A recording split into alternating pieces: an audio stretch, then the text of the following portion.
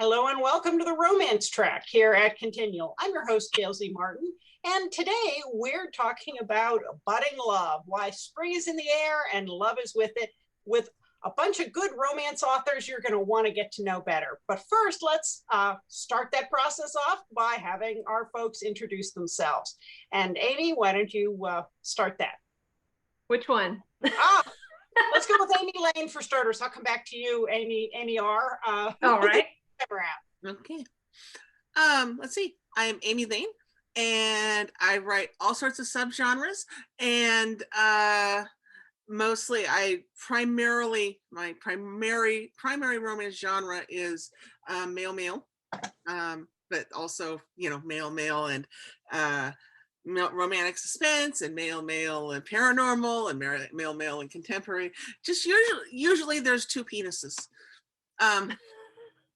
Like you do. I do have a new release, and it is set in spring. So, The Mastermind. I've been published for about 11 years and writing for my entire life. Okay, Shaila? I'm Shaila Patel, and I'm a young adult romance author. My published series right now is actually Soulmated, the joining of Souls trilogy, and it's teen paranormal romance. I am working on contemporary right now, and I have a young adult romantic suspense that I've just finished, and just started a young adult rom-com. So we'll see how that goes. but yeah, that's me. Nice. Rachel? Hi, I'm Rachel Langella, and like Amy L., I write male romance with my co-author, Ari McKay. We write all different kinds of genres. We just had an urban fantasy romance come out under my brand, Rachel, and it's called Stop Dragging My Heart Around. As part of the Magical Emporium Sandbox, with a bunch of other talented and amazing authors. And yeah, we are currently writing another urban fantasy in that same universe. And we're also working on a male cozy mystery. Great. Elouise? Hi. So I'm Elouise East. I write male romance, contemporary romance. I've been published for about 2 years now. Just in the middle of a rapid release. I've actually got a new release on Thursday. Haven't got one to show you, but it's the third book. It's the third book in the rapid release, but it's actually book 8 of 9 books, and the 9th book is out next month as well. So there's a lot going on at the minute. But I'm currently writing what's going to be my new series that's coming out in September. So it's all going at the minute. And Amy Ravenel. Hi, I'm Amy Ravenel, and I write urban fantasy with strong romantic elements. I write male-female. And right now I'm kind of a baby author. I've got 2 books out in my Restless Spirit series. And it's a series that's about paranormal investigators that hunt ghosts and deal with their love lives. So, as one the does. hunters' love lives or the ghosts' love lives? Now I'm really intrigued. The ghost hunter love lives, not the ghosts. Don't worry. It could have gone either way. You never know. That's true. That's very true. And I'm Gail Z Martin and Morgan Brice. As Gail, I write epic fantasy, urban fantasy, near future, post-apocalyptic, and more. And as Morgan Brice, I write urban fantasy, male paranormal romance. So lots of spooky chills and sexy thrills. Anyhow, it's spring, budding romance. I know, birds do it, bees do it, but why do we focus on spring as being such a tremendously romantic time? Or do you think another time of the year is even more romantic? And we're going to start with Shaila this time. Well, definitely spring to me is the most romantic. I mean, yeah, there's the whole winter snuggling up by the fire thing, but spring just has that emotional connotation of, you know, the newness of things, right? And I mean, we're writing romance, so this is talking about a new relationship. So yeah, I kind of feel like spring is, you know, the it season for romance. However, I mean, my books, I think all of them take place, because I'm teen romance, a lot of it is usually the start of the school year. So of course that's going to be fall. So I think about all my stories. Actually, I think they all, I think they're all fall. Actually, I don't think I know I don't have any spring, because when we signed up for this, I was definitely thinking about my stories, going, do I have anything in the spring that I could actually showcase? And I couldn't. So definitely kind of a school and start a school year type of thing.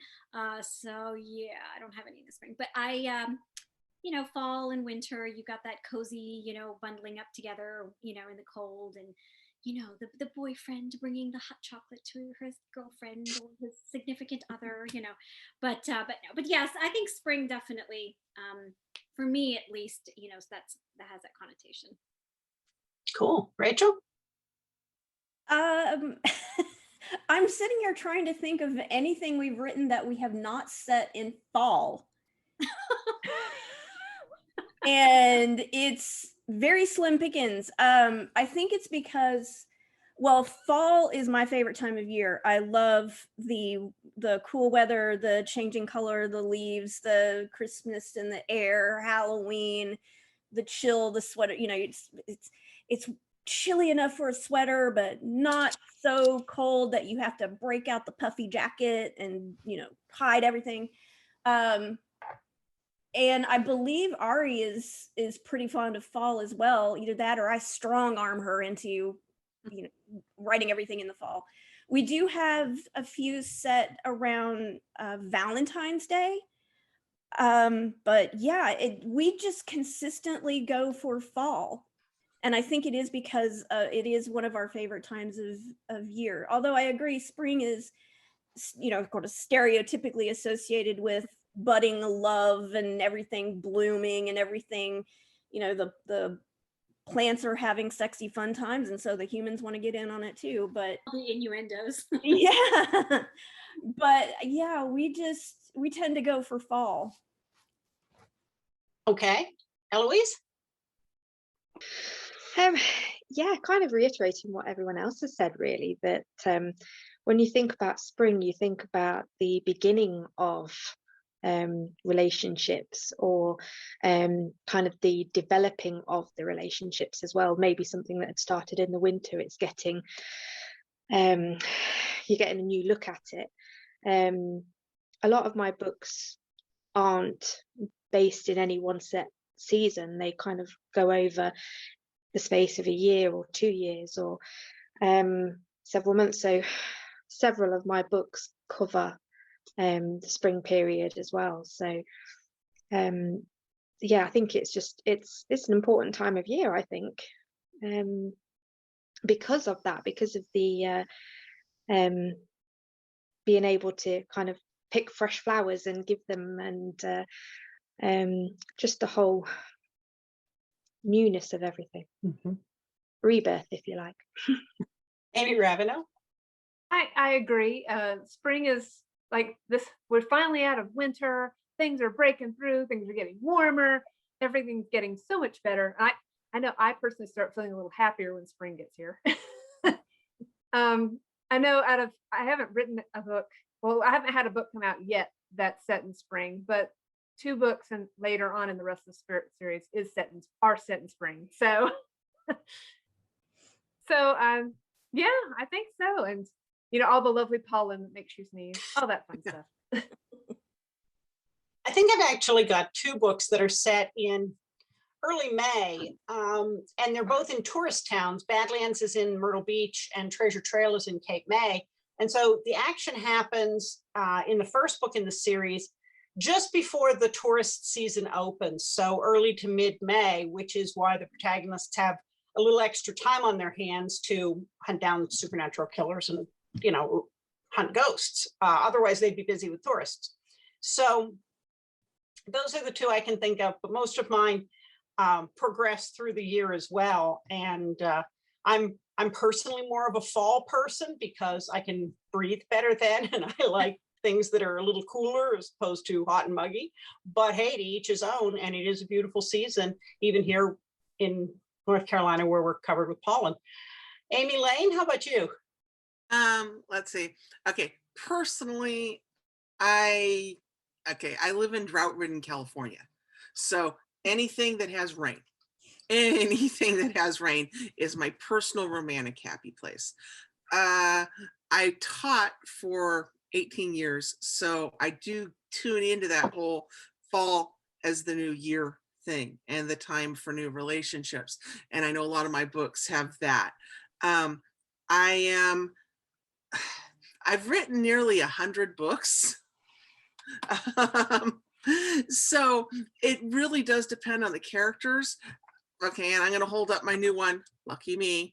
But the mastermind is a second chance romance. These are two guys who were together for 10 years. They broke up for really complicated reasons. And now one of them is back and he's there to help the other one out. And it had to be spring because it had to be a rebirth after a death. So just tone wise and thematic wise, spring was the only time of year I could possibly set it. I know for me personally, okay, I hate the heat.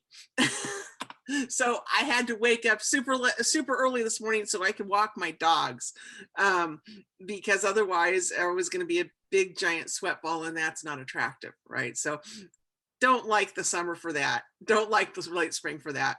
I'm also an allergy sufferer. So for the last 2 weeks, I have been draining, and I cannot think of anything less attractive than a romantic hero going. That is Just a true love. I know, right? It's like, yeah, sex. Nobody wants that. So I find that I have to extra romanticize during spring because I'm like, okay, they're going to either have, it's just going to have to be allergy shots. Someone's on allergy shots. I have to, I have to ignore the drought. I have to ignore all of the things that I really don't like about the encroaching summer in order to play something in spring. That said, you can't escape the birds are okay. The birds are doing the bird thing. We see them everywhere. I can't believe kids don't know about sex. It's like they're everywhere. The dogs are everywhere. It's oh hey, let's get it on. Romance is blooming everywhere. You can't ignore that, and it does kind of set a chirpy little counterpoint to anything that's going on in your book. So I find that I have to, okay, for some of us are fantasy writers and we invest our time in world building. Okay, I have to do extra world building in the spring because I am building a contemporary world that does not involve 6 boxes of Kleenex and the lack of sweat. Awesome. So what do you love most about writing romance? Rachel, let's start with you this time. Everything. I don't know. I have always written romance. I mean, I started writing when I was young, very young. And, at first it was the Disney fan fiction. And that was, harmless because I was a kid. But once I started getting into adolescence, then it was the bad, Lord of the Rings fan fiction and all of that. But it was mostly romance. I was interested in, the exploring the love life. And then once I started writing, my own stuff, and when I met Ari and we started writing, it was a natural lead into writing romance, and then particularly male romance, because we both came out of fandom spaces. that's where we met, and that's where we started writing together. And then we transitioned into writing original fiction. And I just enjoy the emotions, the emotional, writing about the emotional connection, writing about, you know, what is the process of these two people connecting in that way, and exploring how do they get from this point to this point? What is the process? Are they coming in as friends? Do they already know each other? Are they strangers? Are they enemies? And what obstacles do they face? And getting them past those obstacles to the happily ever after, because that's what we write. There's no, you know, happily for now or bittersweet. It's like we want the happy ever after. And I think a lot of that stems from our own personal lives. You know, stress, trauma, blah, blah, blah. We want to see the happy ending. And so the fact that we can solve these characters, not to get too deep and dark here, but because we can solve characters' problems in the way that we can't solve our own lives' problems, and give them that nice, happy, neat ending, you know, it's satisfying. And it I don't know, it helps us in a way. It soothes our own souls to work through the problems and get our characters to a good, healthy, happy place. Okay, fair enough. Elouise? I like everything about it. Romance is my jam, if you like. It's all our jams.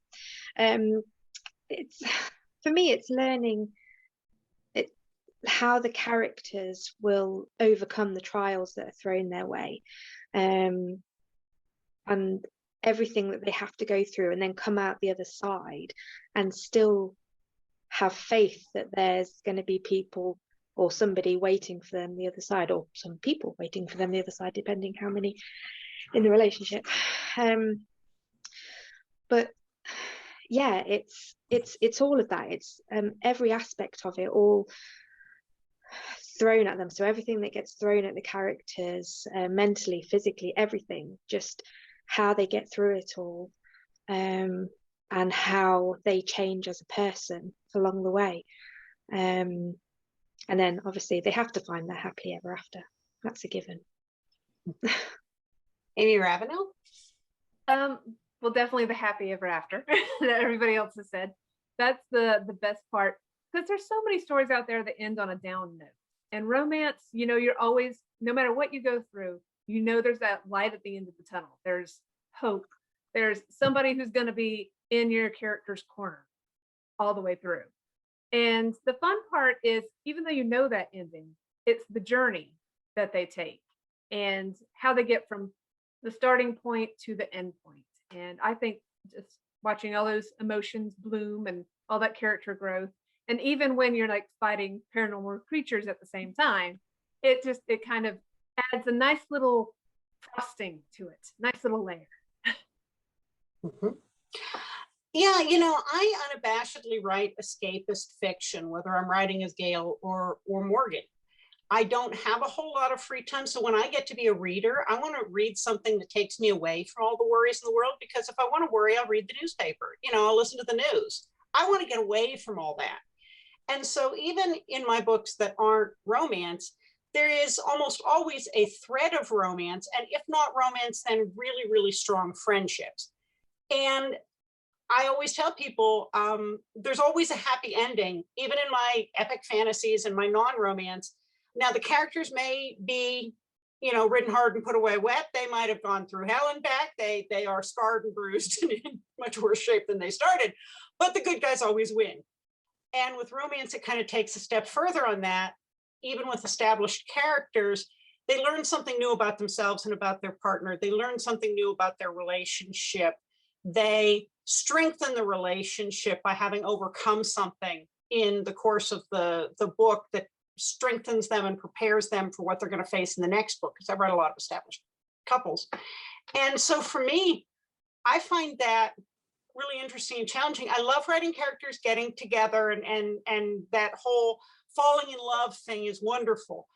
But the hard work happens after you fall in love, trying to keep it. And so that's why I love writing established characters. And so for me, it's always, well, what fresh hell am I going to put them through this time so that they're even stronger together and they come out the other side even more sure of each other and having learned how to be a better partner. So yeah, that's what I love about writing romance, is you get to delve into a whole different side of how people think and what they want. And of course, you know, the sex is fun too. Amy Lane?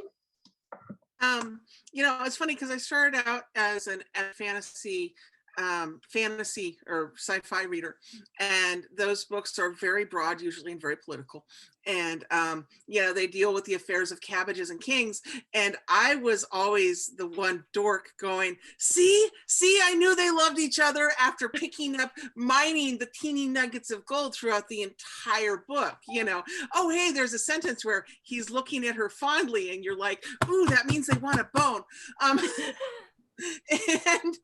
And I was, and it's, you know, as I've grown older, and for a while I had a male dominated staff room in a high school, and it was patriarchy at its absolute ugliest. And there was the romance, and I found I really had to defend what I wrote, and I really had to defend what it was that I loved about it, and that all of that epic fantasy and science fiction came back to me, and I was like, you know, you've got these people struggling with the mighty affairs of cabbages and kings. What are they fighting for? And it came down to something that absolute. What are they fighting for? Are there, if you are fighting for a better world and a better king and a better rule over the country, what you're fighting for is the right of the people in your country to live happy lives. And if they're going to live happy lives, that's going to include romance. And then from another perspective, and this came from having to teach students things like Brave New World in 1984, where you see the world blown apart in various different portions. And I came up with this thing I used to explain to students that we've got 4 basic human relationships. We've got the filial, we've got, which is your family, you know, mother, child, sibling. You've got the platonic, which is your best buddy. You've got the divine, which is your relationship with, you know, oh God, please, can I find my keys? Or, you know, goddess, please let my cat come home after it's been gone. Whatever your relationship is, even if it's a non-relationship. And then you have the romantic relationship. And the romantic relationship is the one relationship we associate with rite of passage, that the ability to love someone else, not in our family ring, not that we've been raised up with, beyond, to the exclusion of everyone else, is with the physical component. This is something that adults can do. This is not a child's relationship. This is an adult's relationship. And there are so many fascinating things about human behavior that are involved in growing up into a relationship that that encompasses all of that. And I always used to tell my students that you could see that the romantic relationship was the relationship that you either get from your parents or you get from the parents you wish you'd had. It's the relationship, there has to be an element of platonic friendship. You have to be friends with your lover. Otherwise, it's going to be a rough 50 years. And you should be able to see the divine in your beloved's eyes, if nowhere else in the world. And that if a government, because remember, teaching high school students, if a government or a world has infringed upon the world enough to destroy the romantic relationship, think 1984 and Brave New World, then it has destroyed what's elementarily human in all of us. So for me, there was this kind of philosophical oomph to romance, and I always got very, very passionately angry that it was trivialized. It should not be trivialized. It's everything. Nice. Shaila? Well, I love what you said, Amy, about the rite of passage. And I think that's kind of where my heart is with teen romance. I've tried my hand at adult romance, and I, I enjoyed it. I don't think I enjoyed it as much as young adult, and I think that's part of it. It's because you remember when we were that age, it was all about the invincibility, right? You didn't care that you loved someone who was a different station in life than you, a different race or religion or anything from you, right? And a lot of that has to do with that invincibility, right? That I'm going to be an adult, and if I'm now an adult, I want to be able to make that decision who I fall in love with and share my body with, let's say. So yeah, and another thing that I love about romance, especially, is when we were younger, there were things that we loved about certain shows, right? And if there was this potential romance between the two main characters, that was kind of why you watched the show, right? And then when they got together, then it was like, oh yeah, that show's not fun anymore, it's that romantic tension, the romantic and sexual tension, and those are both things that you can explore even in young adult. Obviously, it just doesn't go very far in young adult. I had an editor once tell me, she said, the sexual tension in my first draft was really kind of all over the place. And she goes, you got to remember, she goes, for most teens, the fact that they're holding hands is titillating. The fact that, her legs are in his lap is titillating, while in an adult romance, would be like, is her hand up her skirt? Is his hand up her skirt? Or, something like along that lines. But for sexual tension, it's also kind of this exercise in understanding the teenage mind, and what is going to bring about that sexual tension and romantic tension, right? So yeah, I love that. I love that about writing it. It's also inherently optimistic, right? When everyone's kind of touched upon the whole HEA, the happily ever after, and it's optimistic. And I've had the same thing where, men will kind of be like, oh, romance, and I'm like, oh, so you don't like happily ever afters? I go, are you the crier in the movies? Do you love tragedy? Right? They're all like, what? As if I got cooties or something. And I'm like, well, your thrillers and your mysteries and your action films all have happily ever afters as well, right? The bad guys always die. So I said, don't knock that. And and of course I'll always, if I am getting on my soapbox, I usually will bring up all these rock ballads, right?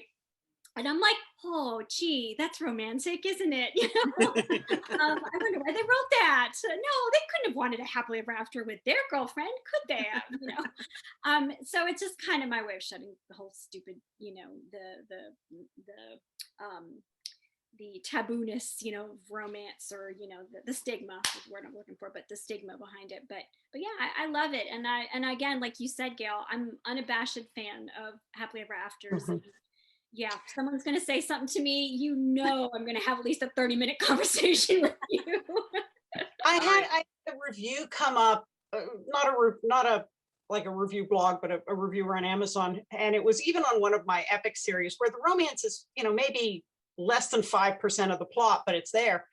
And guy's significant other died, and he was kind of broken up about it. And the reviewer said that men don't have those emotions. Men don't really feel those emotions. And I was a woman putting these emotions on a man, and I'm thinking, every rock ballad ever. Yeah. Ever. Who is writing these? 20-something guys. You want to tell me they just made those up? I mean, half the time when they're singing at 30 years on, they're still like crying into their microphone. I'm like, I don't think so, dude. It's your problem, not mine. That's right, exactly. Shelley. Percy Shelley, the original emo flailer dude, just like wilting and crying and weeping over everything. Mm-hmm. Come on. Well, I'm reading Craig Johnson, who is Longmire, right? And he's writing this man's man. Well, part of this man's man haunted backstory is that his wife died, and he's ever so sad about his wife dying, and he's uncertain as to whether to start another relationship with his undersheriff. And I'm like, this is romance. This is, and yeah, they've minimalized it and they've turned it into, specific love language, but this is cowboy romance in every word. Well, I mean, and I am not a fan of women in refrigerators and the whole got to kill the woman off to motivate the man. Yeah. But the fact that it happens so much says that he must have felt something rather strong for her, or he wouldn't decide to go burn down the world. I mean, he'd go watch TV and have a beer. No, he decides to go on a quest for vengeance because he wasn't romantic. I mean, I don't get it. Anyhow, what's the hardest part about writing romance? And let's start with Elouise. Sorry, can you say that again? What's the hardest part of writing romance? Getting the characters to do what I want them to. I know, I think it's so unfair that they don't listen to me. You're giving them a job and they just don't cooperate. No, not at all. Yeah, to be honest, I think that is my main bugbear with writing romance, is that when I first pen kind of like an outline, I go, oh yeah, they're going to do this, and they're going to end up here, and then I get like 2 chapters in and they've gone this way and I want them to go this way, and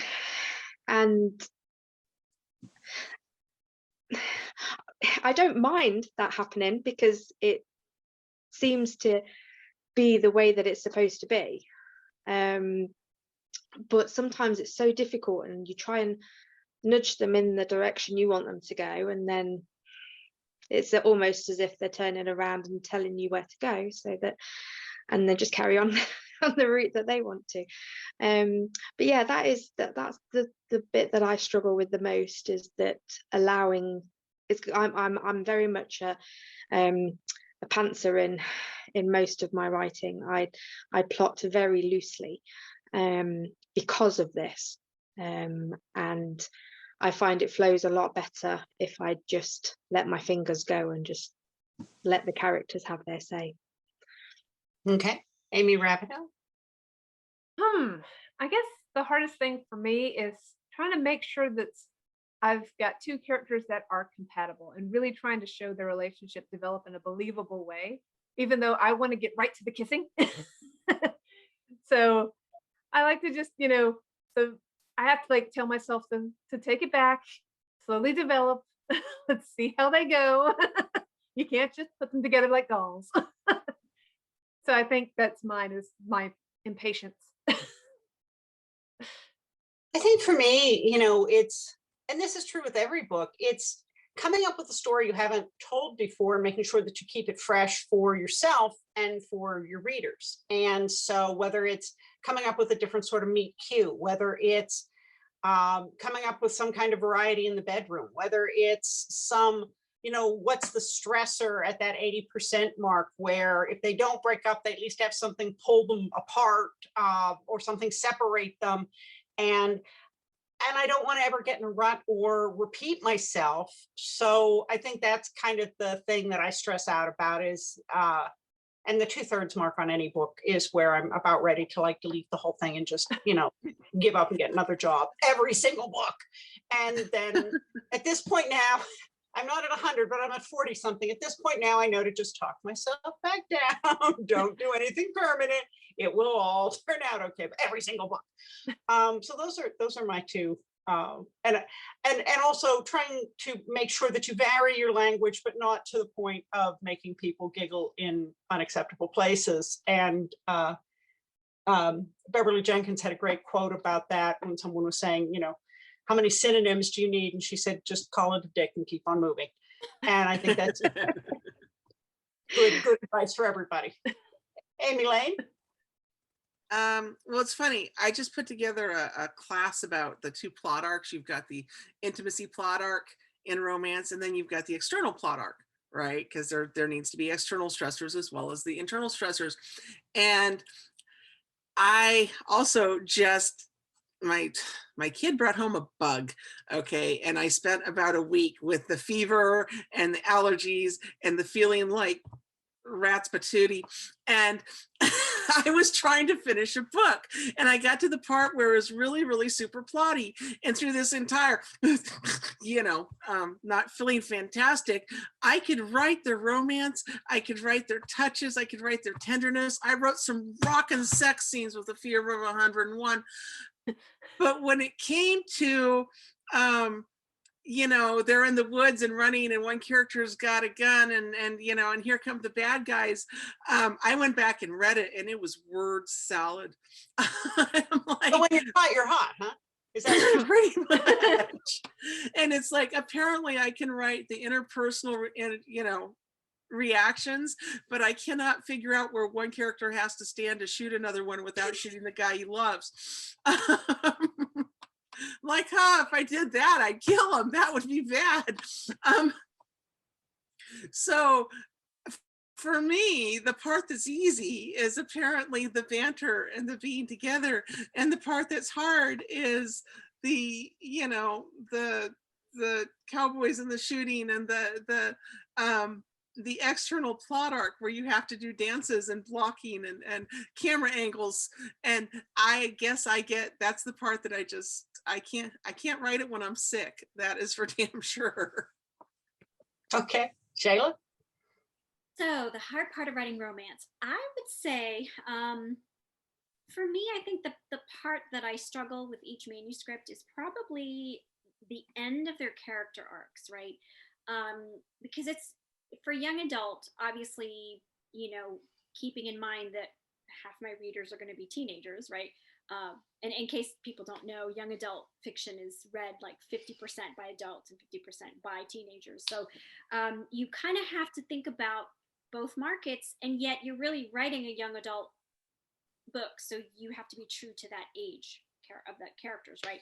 So when you think about it, right, if I'm reading an adult romance, and her big issue is maybe she was a foster child growing up, right? So she doesn't have this sense of family and home, and she wants love. So at the end of this book, she's gonna have love. Well, that's kind of an easy way of looking at it.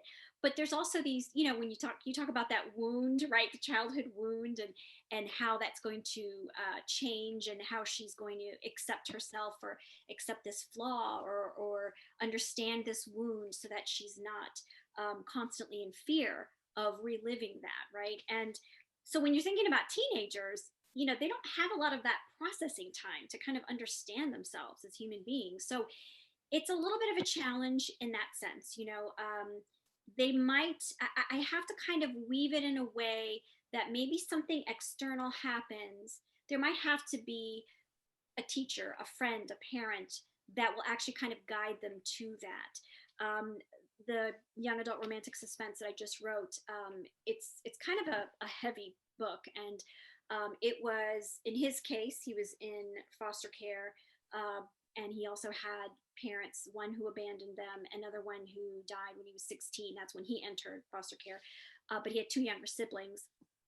And so he had all these abandonment issues, and he'd always taken care of the family. I mean, here he is, he's 12 years old, and his mom is about to leave, but she was suffering from depression. So he was kind of taking care of his two younger siblings. So, you think about all this, how does it affect an 18-year-old, 19-year-old boy, right? They're not ready to face the world. And on some level, they're way more mature than any other 19 or 18 or 19-year-old boy, right? They've seen more of the world, they've experienced it more. People always say that, right? When you have a child who has some sort of childhood illness, like a cancer or something, they just have this maturity about them. And I kind of feel like teenage characters or main characters, when you think about that growth arc at the end, it really has to make sense for that age, right? Not superimposing my analysis of that trauma that they had as a child. Or even if it was something, like the rom-com that I'm writing, it was just that she has a really snarky sense of humor. She wants to be a satire writer. And so she made this joke about some guy who was teasing her, and the joke caught on, and it turned into, instead of, you think of Little Richard and Tutti Frutti. So she kind of made this joke about that because he was eating ice cream and his name was Richard. So everyone started calling him Little Dick. And, and that trauma in 8th grade, right? I mean, it's not really a trauma, but it was a trauma because then, this is right at the time where everyone's really like aware of sexual harassment. So of course, because he was so embarrassed, he tells his parents, and his parents come to the school and complain about her, and she gets suspended for 3 days, for her humor.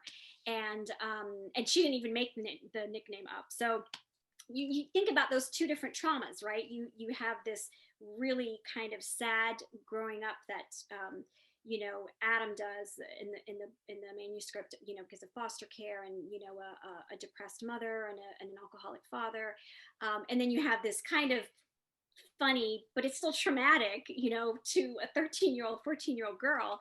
How does that affect them? And then how do they kind of come to terms with that? To me, the first one, Adam's life story, is going to be way harder. It's going to be an ongoing process. And at the end of that book, the way I resolve his issue and the heroine's issue is I have a parental figure in both that kind of guide them through the thinking, so that they can kind of come to terms with who they are and then, be together. And I haven't finished writing the rom-com yet, but, she has to learn. How do you do that? How do you get somebody who's, just entering adulthood and just understanding who they are? How do you get them to kind of resolve some of those issues and be ready, to enter a real relationship, for their first relationship? I remember Judy Blume wrote a book called Then Again, Maybe I Won't. And I remember being a kid reading it and thinking, that's an ending? Because she's like, tomorrow I will do, and I forget what it was, but it was the adult thing. I will go do the adult thing and I will own up to this and I will take care of this and I will do all. And then it ends up with, then again, maybe I won't. And that was the end of the book. And I remember as a kid, that drove me absolutely ape nuts. I'm like, the hell? Yeah. But as an adult and having written some young adult, or new adult work, now I'm like, that was absolutely genius. Rachel, oh, sorry. Mm-hmm. Sorry, Amy, I'm sorry, go ahead. Oh, no, I didn't quite hear what you said. Oh, I thought you were done. I was calling on Rachel, but go ahead and finish up. Oh. No, I'm done. Okay, Rachel, sorry. I would say the hardest part, a lot of, the other panelists have touched on some of the same things that I would say, but above and beyond all of that, the hardest part is getting your butt in the seat and writing. I'm still working full-time. Writing does not pay my bills. And I'm a teacher. I teach writing intensive classes. So, right now I'm at the end of a semester and I've got a pile of grading to do waiting for me. And, Ari was working full-time. She's retired now, but for most of our writing career, we've both been holding down full-time jobs. And, there are days when we just don't have the spoons at the end of the day, because really the end of the day is the only time that we have to write together. And weekends, of course, but during the week, it's in the evening. And sometimes we get home from work and we're just like, nope. And then at certain points of the semester, I just have to say, I cannot write until after this date because I've got too much on my plate and I cannot focus on grading all of this, because I teach creative writing and composition. So it means I've got manuscripts to critique and papers to grade. And I can't juggle all of that. I have to take a break. And then, of course, during the recent unpleasantness, we didn't write.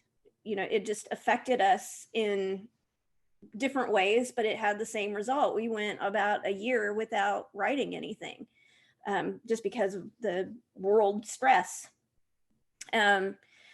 So yeah, I think for us, it is just making ourselves sit down and write, make the time, push it, get the words out, because there's so much going on. There's always a reason why, oh, well, let's not do it tonight. Oh, we need to take the night off. But sometimes you just got to make yourself do it. And that is hard. Okay, awesome. Well, folks, we are just about out of time. This has been fantastic. I know we could go like forever. This is so much fun talking with everybody, but let's do a lightning round, starting with Amy Ravenel. Let everybody know if you've got something out that's new or coming up or recent, and where people can find you online. Amy? Okay, my series is the Restless Spirit series. The first book is called White Spirit, and you can find me at amyravenel.com. You can also find me on Facebook under Amy Ravenel, and Instagram also under Amy Ravenel, I believe. And I think I have a Twitter, but I don't update it all that often. Okay. What's out recently? I'm also in that Magic Emporium series that Rachel mentioned, and that book Haven was the last in the series, and it has ties to my Fox Hollow world. I'm also in the Fables Retold collection, that is 6 full-length books by male authors. They're all retellings of classic fairy tales with a male romance twist, and mine is Gruff, and it is a retelling of the Three Billy Goats Gruff with goat shifters in love.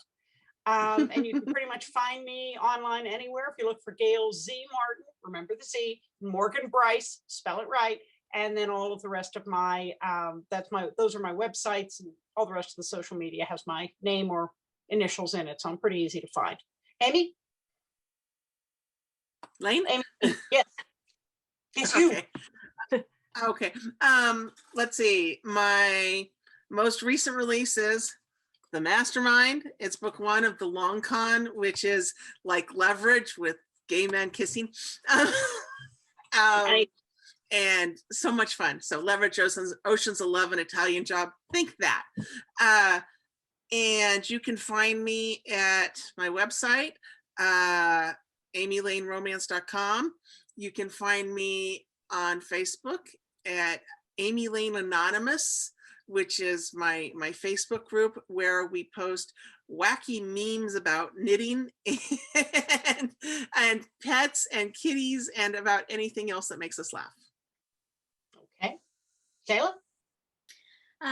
So you can find me at my website, shailapatelauthor.com.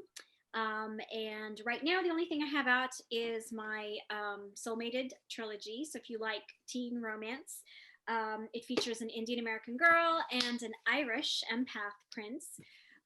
He is destined to find his empath soulmate, which is supposed to give them special powers, and raise their political standing. It happens once, maybe every couple hundred years. And his father, who happens to be a psychic, has this vision that his son will be part of such a union. So they're off on this quest to find this girl. And after years, they end up living next door to Lakshmi Kapadia. Actually, it takes place in Cary, North Carolina. And he falls for her. The only problem is she's not an empath. So he has to figure out what he's willing to sacrifice to be with her if she's not the one. So, but the entire trilogy is out. shailapatelauthor.com. It has all my social media links as well as buy links for the books. Okay. Rachel? Let's see. So we do have our urban fantasy paranormal just came out April 1st, which is Stop Dragon. That's dragon as in the mythical beast. Stop Dragging My Heart Around. And I think this month we're going to be re-releasing one of our older historical paranormal male romances, Call of the Night Singers. We are tweaking it and getting a new cover, and we're going to be re-releasing that. And then, we've got more in the Asheville Arcana series coming up. You can find the Rachel Langella books, which are the paranormal books, at remckay.com, and we share a website because we both write the books, and so both brands are at the RE McKay website. And I am usually on Instagram, Rachel Langella on Instagram. Cool. And Elouise? Okay, so I have a new book coming out on Thursday. It's called Love Scene, and it's book 8 of the Crush series. And it's actually a daddy and little book. within that. And then next month on June 3rd, I've got the final in the series called Lawful Attraction coming out as well. You can find me on my website at elouiseeast.com, but then I'm pretty much everywhere else as well. Facebook, Instagram, Twitter, yeah, everywhere. Awesome. Well, folks, you can find me all the time here on Continual, where you can also find lots more romance. So thank you all to my panelists for being here and sharing your evening with us. And thank all of you for watching and listening. There'll be a lot more romance here on Continual. So we'll see you online.